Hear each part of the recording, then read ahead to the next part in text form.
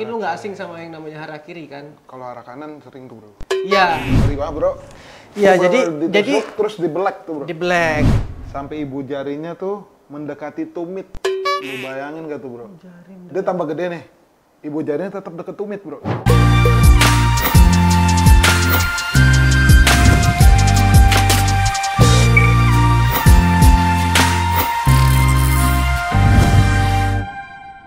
Hai teman-teman, kembali lagi di Ceritain Bang, ceritain dong. Hari ini gue bakal ngobrol sama teman gue Daniel Patinama. Siap. Bro, sehat? Sehat bro. Nil, Yes. jadi ini program baru kita Nil Oke. di DAD Entertainment namanya Ceritain Bang. Ceritain bang. Tuh ngapain bro? Kalau gue ngomong ceritain Bang, ceritain dong coba. Oke. Ceritain Bang. Ceritain dong. Gitu. Ya terus gimana bro? Jadi di Ceritain Bang ini gue biasanya Nil ngebacain beberapa info-info menarik seputar informasi Indonesia. apapun ya. Oke. Dunia, Oke. internasional, budaya. Ya biasanya ada budaya Indonesia, ada budaya dari luar negeri juga. Oke. Yang jelas tujuannya supaya teman-teman kita yang nonton ini wawasannya bertambah. Oke. Dan lu yang berteman sama gue makin pintar. Amin. Kemarin gue ngomong gitu sama Aksin. Iya. Dan ternyata Aksin udah sedikit lebih Udah pintar. sedikit menambah kepintaran. Iya. Oke. Karena dia sudah duduk di acara Ceritain Bang. Ceritain dong. Ya. Nah, Gimana, jadi bro? ini gue bakal bacain info. Ya, ini lumayan mengerikan. Oke. Yang datangnya dari negeri Sakura. Oke. Apa? Jepang tuh bro. Jepang ya? Sakura bener kan gua Bener kan? dong. Iya, itu namanya ada di sana namanya harakiri. Oke. Mungkin lu nggak asing sama yang namanya harakiri kan? Kalau arah kanan sering tuh bro. Iya. Ya. Nah ini identik dengan namanya. Jadi harakiri itu adalah tradisi bunuh diri Oke. yang dilakukan orang Jepang itu yang menusuk perut kirinya Oke. untuk mengeluarkan isi perutnya. Gue lagi ngomong aja udah nggak kuat ininya ya ngebayanginnya. Jadi Ngeri banget bro. iya Tuh, jadi ditusuk, terus di black tuh bro. di black. Nah, itu merupakan tradisi kuno Nil yang menunjukkan kesetiaannya. Hal ini biasanya dilakukan oleh masyarakat berkelas ataupun samurai namanya. Oke. Prosesi bunuh diri ini dilakukan dengan cara merobek dan mengeluarkan isi perutnya, Oke. kayak yang gue bilang tadi. Dan seorang yang akan melakukan harakiri ini ditemani oleh seorang kaisa kunin. Oke, jadi kaisarnya tuh nontonin. Bukan, kaisa kunin namanya. Oke, sakunin. Kaisa kunin itu adalah orang yang mendampingi si pelaku harakiri ini, samurai Oke. itu. Jadi dia kan ngebelah perutnya Ah. dari kiri itu, dikeluarin isinya. Jadi si apa tadi namanya? Kaisa kunin. Kunin itu tugasnya menggal kepalanya, Waduh anjir. biar dia mempercepat penderitaannya itu. Oke, sebenarnya. siap. Kalau lu belah perut lu kan lu Terus masih, kita ngeliat sendiri tuh. iya tapi dia udah langsung. Iya kan nggak enak Bacok. juga bro. Udah mau mati terus ngeliat pada isi perut sendiri. Iya. Kalau nggak kaget bro, hidup Nggak, lagi nanti. Tapi itu bentuk kesetiaannya Nil. Iya sih. Ya siap. kan? Itu Dah. itu gara-gara apa sih bro? Biasa kalau kayak gitu. Kalau setahu gue ya dulu itu misalnya di Indonesia itu kan Jepang itu sempat menjajah kita. Oke.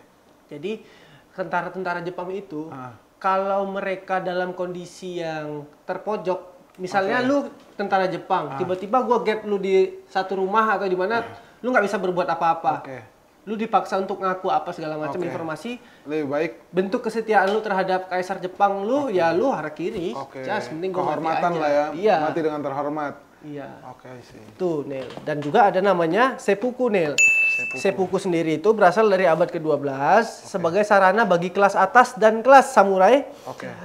Yaitu untuk menebus kejahatan, mendapatkan kembali kehormatan yang hilang atau menghindari penangkapan memalukan oleh musuh dalam perang. Nah, Oke, yang tadi lu ceritain tuh ya yang bro. gue ceritain tadi Benar, kan, benar. bener kan? Tuh, benar tuh, bro. Nah, itu dia. Kalau di kita sih nggak ada ya tradisi Nggak gitu. ada bro. Nggak ada ya? Nggak ada. Berarti kalau yang tadi lu ceritain tuh harakiri ini beda kastanya sama yang Iya. pada seppuku ini. Iya. Jadi tuh perbedaannya tuh maksudnya gimana sih bro? Harakiri dan juga seppuku. Seppuku. Ya itu sebenarnya penyebutan doang. Jadi kan Oke. ada kelas masyarakat itu kan, Kasta lah. ya ada kasta itu tadi. Dan untuk orang yang kelas atas tuh biasanya bilangnya seppuku itu. Oke, kepada kaisar-kaisar Ya, dan samurai lah. tujuannya ya menjaga kehormatan. Ya, pride-nya mereka lah ya. Ya, ada hal-hal yang mereka lakukan yang sekiranya Bisa memalukan keluarga. ya mereka bunuh diri. Makanya ada kenapa tuh di Jepang tuh Ronin bro ya. Ah. Ada beberapa itu kan. Iya. Oke. Dah. Apalagi itu bro? tadi dari Jepang ya. Yes. Dari Jepang kita pindah ke India.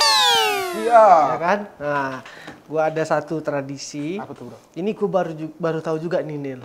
Gua belum pernah tahu sebelumnya, namanya sati.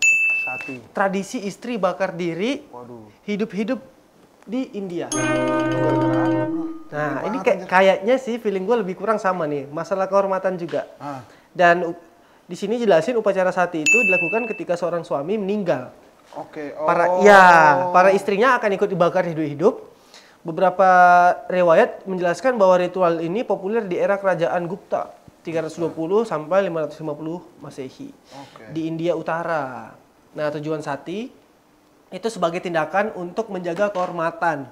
Oke. Karena dulu ketika raja-raja atau prajurit tewas saat perang, otomatis para istrinya itu jadi tawanan. Oke. Jadi dibawa sama penjajah. Iya, kenapa Penjajahnya. akhirnya tradisi ini dilakukan? Oh, istri-istri bakar diri karena kalau Lebih baik istri-istri mati itu, aja tuh. iya, kalau istri-istri dari orang yang Pejuang. meninggal ini, ya pejuang ataupun raja itu meninggal, dia dijadikan tawanan, diperlakukan tidak senonoh, Oke, disiksa, benar, diperkosa. Benar. Jadi lebih baik dia mati. Sati. Itu sati namanya. Satu hati sampai mati. Nah, mungkin dia mikirnya gitu. Mungkin gitu kali ya. Tapi ternyata Nil, sati itu resmi Oke. dihapuskan ketika era kolonial menjajah nih daerah India pada tahun 1829. Oke. Kolonial Inggris itu resmi melarang praktik ritual sati di Provinsi Bengal. Setelah 30 tahun, ritual tersebut dilarang di seluruh dunia. Oke. Berarti kalau menurut lu tuh bro, dengan satinya itu, namanya sati kan? Satu hati sampai mati, bukan tuh bro? Iya. Itu kan ritual mereka tuh. Iya. Berarti tuh mereka ini banget kali ya? Setia, saking setianya cintanya sama pasangannya. Iya, gua banyak denger cerita-cerita kayak sejarah terutama tuh kisah cinta orang di zaman dulu tuh beda ya. Pengorbanannya Keras banget bro pasti. iya sampai rela mati kayak gini nih. Sacrifice-nya gila bro. Gila Pasti nih tuh. perempuan-perempuan luar biasa. Mudah-mudahan tenang lah bersama suami-suaminya. Benar. Ketemu di sana ya kan? Dan nggak perlu lah di zaman sekarang kayaknya udah nggak perlu lah ngelakukan hal-hal kayak gini. Mungkin kalau zaman sekarang mati cari lagi ya bro. Pasti kan gitu bro. Bener gak? Iya sih. Mana ada yang sati-sati, nggak ada bro. Nggak ada. Satu hati sampai mati. Iya. Nah bro, tadi kan lu baca tuh ada 2 tuh yang ngeri tuh. Iya. Nah, kalau gue dengar-dengar nih bro, sama kemarin-kemarin gue sempat baca nih, ada beberapa tradisi yang nggak kalah ngeri sih bro. Mungkin tadi kan bunuh diri, tapi ini ada yang lebih ngeri bro. Apa? Kita masih hidup, tapi kita ngikutin modis. Cara modis fashion orang nih, ada nih di Cina nih. Kebacanya, gue cari dulu nih, siapa tahu. Tradisi mengikat kaki di Cina. Ini ada sejak zaman dulu, tepatnya dinasti Tang bro, 618 sampai 907 setelah Masehi. Jadi tuh bro, wanita kalau menurut dinasti Tang zaman dulu nih, perempuan, wanita ketika semakin kecil kakinya, itu semakin cantik bro. Jadi dari umur 4 tahun sampai 7 tahun, para perempuan di Cina pada zaman itu diikat kakinya nih, sampai ketika dia tumbuh gede nih, kakinya tetap kecil bro. Sampai ibu jarinya tuh mendekati tumit. Lu bayangin gak tuh bro? Dia tambah gede nih, ibu jarinya tetap deket tumit bro. Hah, gimana tuh? Makanya bayangin aja. Jadi tuh ada kayak satu fenomena juga tuh yang mirip, tapi lehernya panjang. Itu terjadi di... Iya itu gue tahu tuh. Ah, Pakai cincin-cincin kan? Bener bro. Kalau ini bedanya di Cina kayak gini bro. Pada zaman dinasti Tang. Nah, fungsi dari tradisi itu nih bro, itu adalah salah satu mode fashion pada zaman itu. Biar lu kelihatan modis pada saat itu, di zaman Cina pada saat itu tuh. Nah, lu harus kayak gitu bro. Iya. Itu adalah fungsinya tuh, semakin kecil kaki lu, Makin cakep semakin ya. cantik. Modis yang gimana tuh bro maksud lu bro? Ya mungkin di zaman itu begitu ya anggapan orang ya. Iya, Dan tradisi mereka kan mereka yang ciptain. Gitu. bener bro. Sekarang Makin masih ada- aneh-aneh bro. Sekarang masih ada nggak? Ya mana mungkin bro, lo ada kayak gitu bilang, ya kasihan amat nih orang kakinya kecil. Ada yang salah kali. Ada kali ya. Mungkin masih ada, kita nggak tahu ya. Mungkin. Tapi mungkin di pedalaman. Tapi setahu gue yang itu masih ada tuh. Itu masih ada karena mungkin itu adalah budaya tradisional mereka kan, yang salah satu adatnya. Nah, bro, ada lagi nih, bro. Apa tuh, Nil? Namanya kebiri. Hah? Kebiri? Yoi. Potong burung. Yoi, bro. Itu tuh udah terjadi ternyata dari beribu-ribu tahun lalu, bro. Hah? Beribu tahun? Yoi. Itu Dari adalah mana? tradisi Cina. Oh, Cina. Yoi. Orang yang melakukan kebiri itu namanya kasing. Kasing. Yes. Kayak nama ini ya. Orang Kasing. Madura. Kan gitulah, bro. Jangan bawa nama daerah, bro. Bahaya. Maaf ya, Mas Kasim. Namanya tuh Kasim, bro. Kasim. Kasim. Itu adalah panggilan orang yang harus dikebirikan. Oh gitu. Yes. Siap. Nah, gue bacain dulu nih, bro, buat lo. Seorang Kasim biasanya bekerja sebagai bidang yang biasanya berdekatan dengan istana atau bertekatan dengan istana. Jadi kalau misalnya nih, ada pelayan istana, ada pelayan rumah tangga, penyanyi, petugas keamanan, komandan militer, atau pengawal kaum wanita. Kenapa mereka harus dikebiri? Agar mereka tuh nggak tertarik dengan jabatan-jabatan atau nggak tergoda. Karena mereka kerja di istana kan, harus loyal, bro. Itu sih, bro, intinya pada zaman itu dilakukan oleh kaisar pada zaman itu di Cina. Terus kan mereka pasti punya ini kan, hasrat kebutuhan biologi. Nah, itu dia, bro. Mungkin pada saat itu biar menjaga keloyalitasan mereka. Makanya dipotong biar nggak punya keturunan. Biar bisa pas mau dilihat, ya udah nggak ada. Gimana, bro? Gara-gara harus setia doang. Tapi emang harus setia sih sama negara. Pada zaman itu kan di Cina sama kaisar. Kenapa harus dipotong ya? Nah, itu dia. Kan mungkin kan gara-gara lu dipotong nih. Jadi lu nggak mikirin jabatan, nggak mikirin kekuasaan, keturunan. Jadi lu nggak punya keturunan, bro. Sadis. Atau mungkin pada zaman itu kaisar pada takut dengan kalau mereka punya keturunan, mereka mau bikin keturunan gitulah, bro. Pokoknya intinya complicated lah zaman dulu, bro. Wis. Gila. Untuk Mas Kasim jangan marah ya, bukan Mas kok, ini di Cina. Yuk. Sadis Cina. Gila, bro.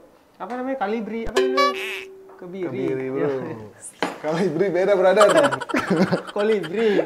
Nah, tadi kan udah kebiri tuh, bro. Kayak mata lu udah merah, bro. Jangan sedih, bro.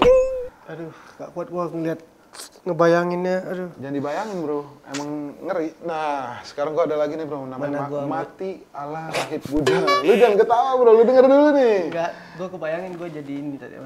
Jangan. Mati ala Rahib Buddha, bro. Ini ada di Jepang. Yang tadi lu bilang tuh pertama, tapi ini beda, bro, versinya. Mati ala Rahib Buddha. Rahib Buddha tuh sama kayak seperti kalau di sini tuh mungkin seperti kiai, ustadz, atau seperti pendeta. Mereka tuh udah kayak biksu. Nah, Rahib Buddha tuh mungkin kayak gitu, bro. Nah, gue bakal baca ini. Nama lain Rahib Buddha tuh adalah Soku Shinbutsu. Soku Senbutsu. Nah, jangan diikutin, bro, susah. Tolong lu baca. Nah, Soku Shinbutsu ini ada tuh di Jepang, bro. Di prefektur Yamagata. Sekitar 16 hingga 24 mumi udah dari sana. Nah, cara mati versi Rahib Buddha tuh, bro. Jadi tuh mereka tuh proses memumikan diri dia sendiri.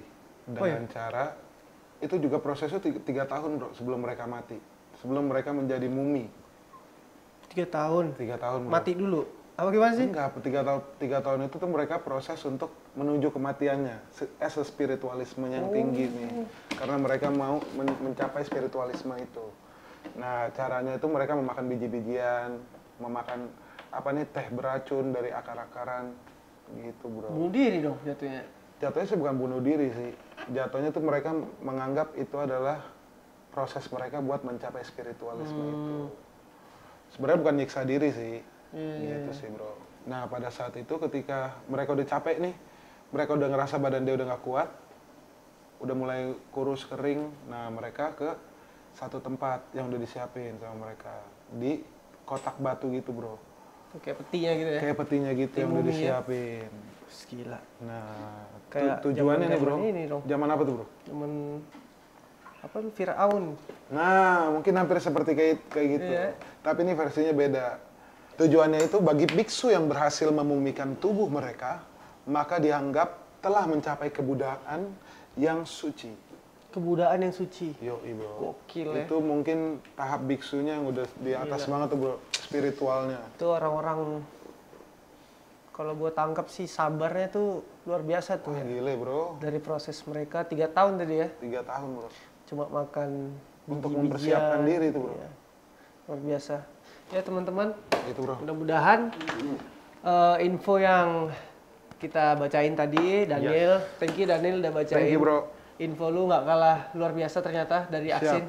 Kayaknya gue akan menseleksi ulang siapa yang akan berdamping dengan saya di Ceritain Bang next episode. Lu mau nggak? Masih mau nggak? Aduh. Mau lah bro. Bagus Nil. Kalau Aksin tuh nggak jelas dia. Gue minum dulu lah. Ya teman-teman jangan lupa subscribe, klik lonceng biar kalian tahu notifikasi dari konten terbaru di DAD Entertainment. Kritik dan saran juga boleh karena ini mumpung masih baru programnya. Yang jelas aku dan juga Daniel dan Aksin nanti akan kembali lagi dengan berita-berita yang lebih menarik. Dengan info-info yang lebih menarik dan mudah-mudahan bisa menambah wawasan kita semua. Bisa mengedukasi. Bisa mengedukasi dan teman-teman yang ngobrol sama gue makin pintar. Amin. Semoga gue dapat informasi yang informatif. Ya udah Nil, lanjut mana main bola? Main bola gue bro. Oke, thank you ya. Sampai ketemu ya. Oke teman-teman, sampai ketemu lagi di Ceritain Bang. Sedih.